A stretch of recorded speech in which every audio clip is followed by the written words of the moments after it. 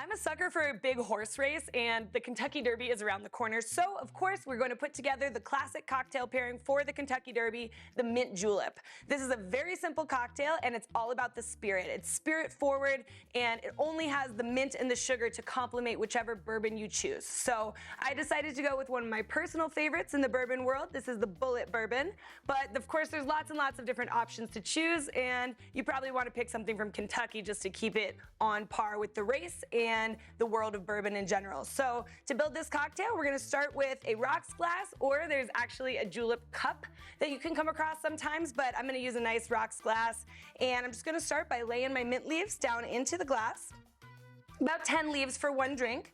And I'm gonna kind of lightly muddle those, just give them a little bit of a crush. I'm using granulated sugar today, but you can also use simple syrup, or if you wanna be very classic about it, you can do a couple of sugar cubes. And I'm gonna go with just about a tablespoon of my granulated white sugar. Lay that right on top of my mint leaves.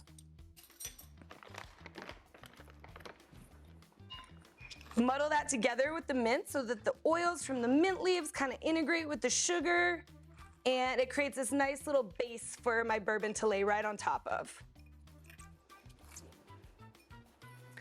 As mentioned, it is a spirit-forward cocktail, so we're gonna be a little bit generous with our pour here. I'm gonna go with 2.5 ounces, roughly, of my Bulleit Bourbon.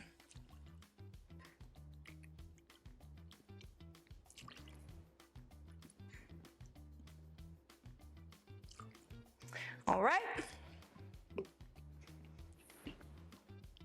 From there, I'm gonna add ice right on top, fill the glass up, and I crushed this ice up a little bit before I made the cocktail because I really want it to let my glass get nice and frosty. It's gonna really lift the soft flavors of the bourbon, but also bring that mint and sugar up from the bottom.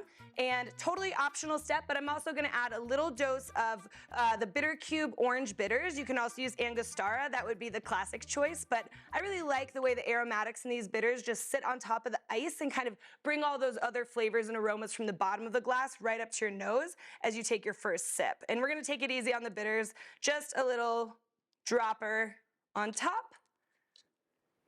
And I'm gonna garnish with a mint leaf so that it looks nice and beautiful. And I'm ready for Derby Day.